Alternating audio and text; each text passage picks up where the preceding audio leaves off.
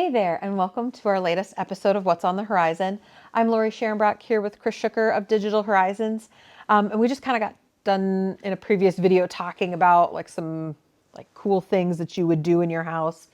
And it's fun to do cool things, but how do you sort of future-proof your house so that in 10 to 15 years, that's not obsolete? Yeah, future proofing is a topic that comes up a lot, and it's really unfortunate because there is no way Yeah, to fully future proof anything. sure. There's a number of things that we do, however, to kind of maybe try to mitigate that. And a lot of it has to do with the infrastructure and the layout of Sure. our systems. So one of the main things that we do is, in a new build at least, when we have the ability to do these types of things, is we will make sure the components that are deployed to operate everything, meaning the network switches, your router, amplifiers, whatever you have for the home technology, we make sure those are all in a central location, and all of the wiring that goes to the things that are connected to those components come to a central location. Okay. And so what that enables is down the road, if you want to change the functionality of your system, you're able to change those components out and in almost all cases reuse the wiring that is in place out to those Sure. devices. Over a long enough period of time, the wire that we run will become obsolete. Historically speaking, if you look at something like category cable, a Cat 5 was introduced, at least to the masses, in like the late 90s, maybe Oh, a okay. little bit earlier. And to this day, we're still able to use Cat 5. There are some speed limitations and some functionality limitations of it. And in probably the next 5 or 10 years, you kind of won't be able to use Cat 5 for a whole lot, or if you will, it'll be really outdated. So your horizon for the wiring that we put into homes, at least far as like data cabling and Sure. things like that, can last multiple decades. Stuff like wiring for speakers, speaker wire has been the same for forever. But what does change with audio systems is the head end components. And so, you go back 10 or 12 years, Sonos, for example, wasn't a thing.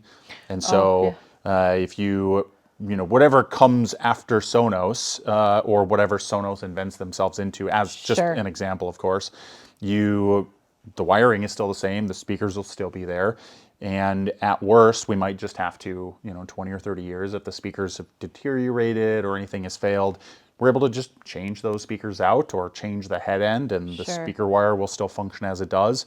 So by having everything in that centralized manner, we can update things over time. Now, with that said, as long as everything in the system, nothing changes about it, or you don't want added functionality that necessitates changing some of those Sure. components, or nothing fails, you, in theory, can use what you have for, however long it lasts.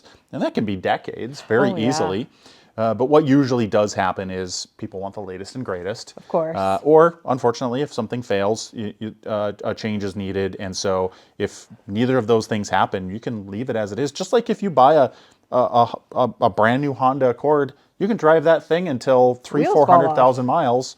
But you might want a new one or a different car. You Sure. get a promotion, or whatever it might be. Will likely happen before things become outdated Sure. on their own. So we do that, and then that's probably the main thing that we can do to future-proof stuff. And then there's other minor infrastructure stuff that we do. So for example, TVs and video-based items are the thing that usually gets outdated the Sure. fastest.